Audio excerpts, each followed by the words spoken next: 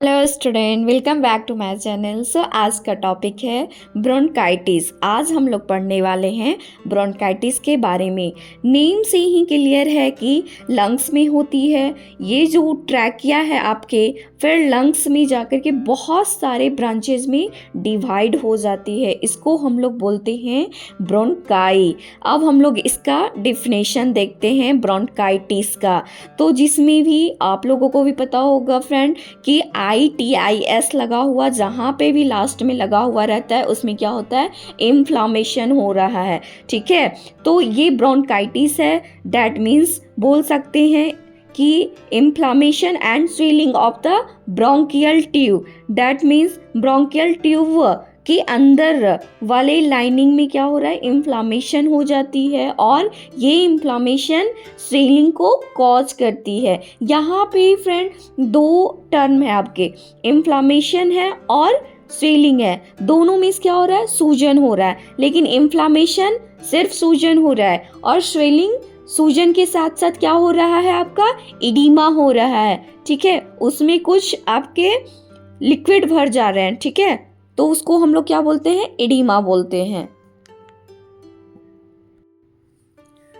अब हम लोग पढ़ रहे हैं ब्रोंकाइटिस का टाइप। तो ये दो टाइप के होते हैं, एक्यूट ब्रोंकाइटिस और क्रोनिक ब्रोंकाइटिस।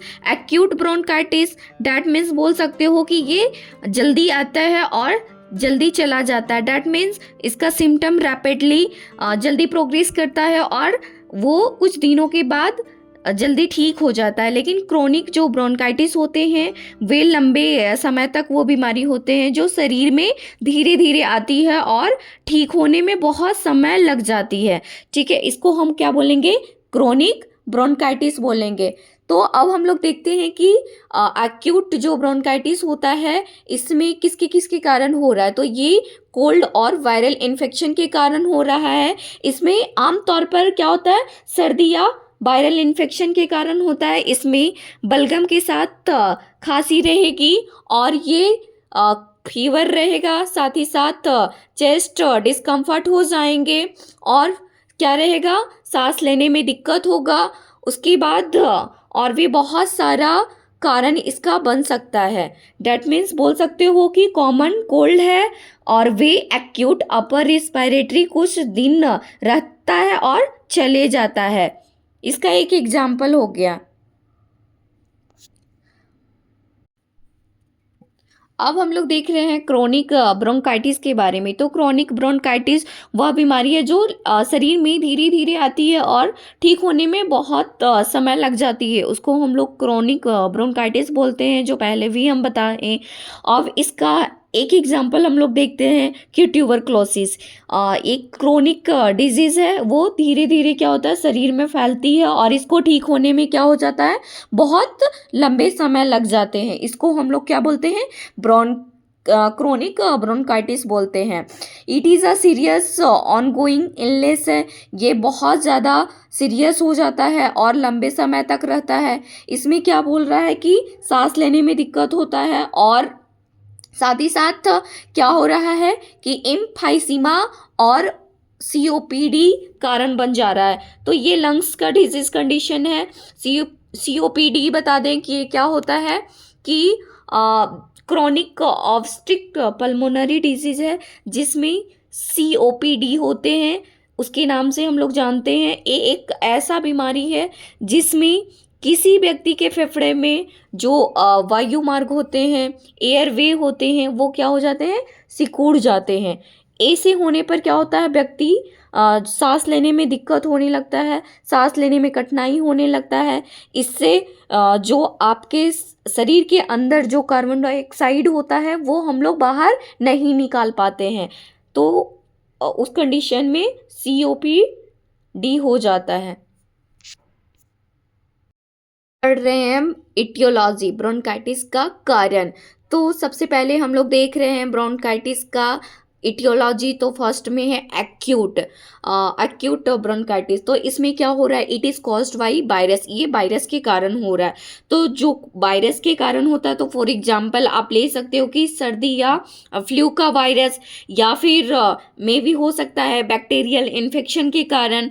और इसमें एक और पॉइंट है आपका कि irritate the lung, that means बोल सकते हो कि जो फेफड़े को परेशान करने वाली पदार्थों हैं उसका संपर्क में आते हैं लोग, जैसे तंबाकू का सेवन करते हैं, धुआं, स्मोकिंग, डस्ट, एयर पॉल्यूशन के कांटेक्ट में आते हैं, तो ये सारा एक्यूट ब्रोंकाइटिस का कारण बन सकता है। नेक्स्ट है आपका क्रोनिक ब्रोंकाइटिस। तो इसमें क्या होता है कि क्रोनिक ब्रोंकाइटिस में जो लंग्स होते हैं या फिर जो वायुमार्ग होते हैं, एयरवे होते हैं, उनके उत्तक में क्या होता है, बार बार जलन हो जाता है और क्षति, डैमेज होने लगते हैं। इससे क्या होता है कि आप बार बार लंग्स को इरिटेट करेंगे तो इससे क्या होगा, डैमेज होता है, लंग्स डैमेज, पूरी तरह से डैमेज होने लगता है। तो ये कारण किसके कारण हो रहा है, ये स्मोकिंग, धूम्रपान करने से हो रहा है।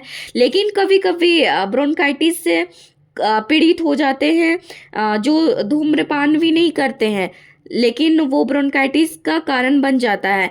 तो ये कभी कभी होता है कि एयर पॉल्यूशन के कारण, डस्ट के कारण और भी अन्य कारण बन सकते हैं, जैसे इन्वायरमेंट से निकलने वाले धुएं के कांटेक्ट में, संपर्क में लंबे समय से आप आ रहे हैं तो उसके कारण भी ब्रोंकाइटिस हो जाता है। नेक्स्ट है जेनेटिक फैक्टर के कारण भी होता है। फिर है आपका कि अगर एक्यूट ब्रोंकाइटिस बार बार आपको हो रहा है तो उसके कारण भी क्रोनिक ब्रोंकाइटिस होने का संभावना बढ़ जाती है। अब हम लोग नेक्स्ट पढ़ रहे हैं क्लिनिकल मैनिफेस्टेशन। तो फर्स्ट पॉइंट बोल रहा है कि प्रेस्टेंस कफ, मतलब कि लगातार खांसी होना। दूसरा बोल रहा है पॉइंट आपका कि production of mucus, that means बोल सकते हो कि जो बलगम निकल रहे हैं उसमें क्या हो रहा है कि एलोइस हो जा रहे हैं, वाइट और ग्रे और ग्रीन कलर बन जा रहे हैं, और साथ ही साथ इसमें क्या हो रहा है कि ब्लड, खून आ रहा है। तीसरा पॉइंट बोल रहा है कि crackles and wheezing sound, that means बोल सकते हो कि चटकने और घर घराहट की आवाज़ निकालना।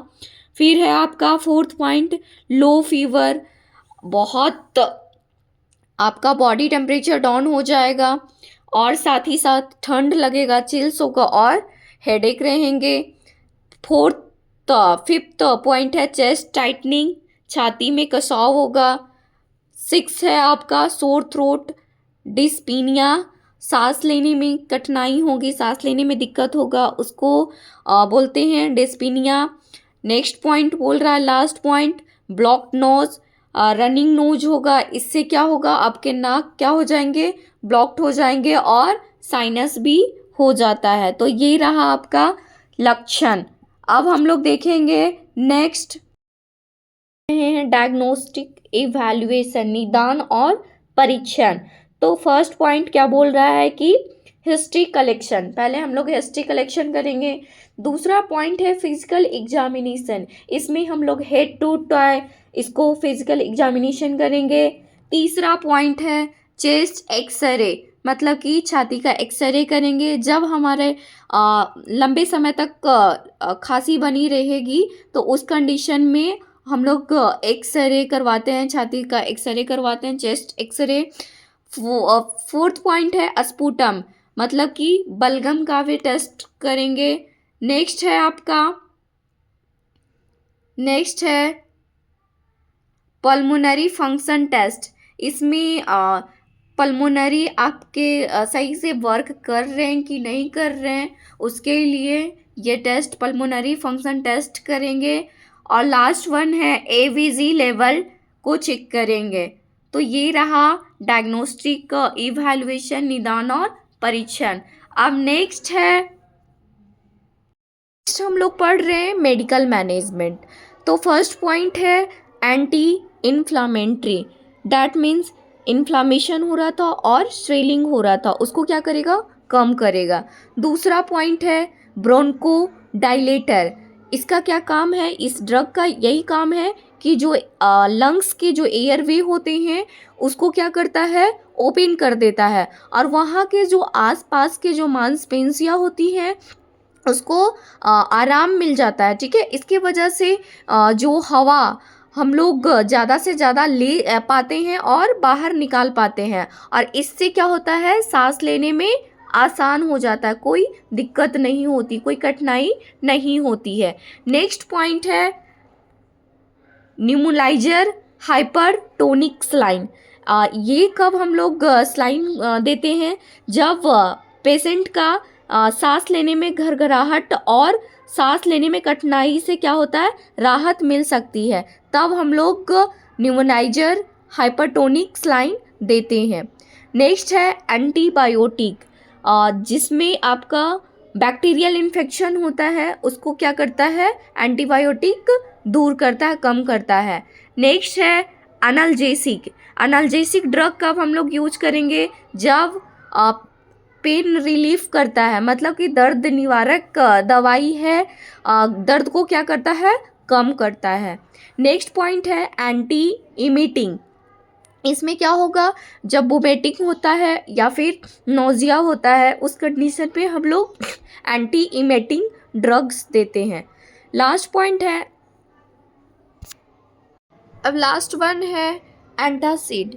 इसमें एसिडिटी हो जाएगा या फिर पेट फूल जाएगा, तो उस कंडीशन में क्या होगा, एंटासिड हम लोग प्रोवाइड करते हैं पेशेंट को। आई होप ये टॉपिक आप लोगों को अच्छे से समझ में आ गई होगी। नेक्स्ट वीडियो में मिलते हैं, तब तक के लिए बाय, टेक केयर। अगर हमारी वीडियो अच्छी लगी हो तो लाइक करें, शेयर करें, सब्सक्राइब करें। Thank you for watching my video.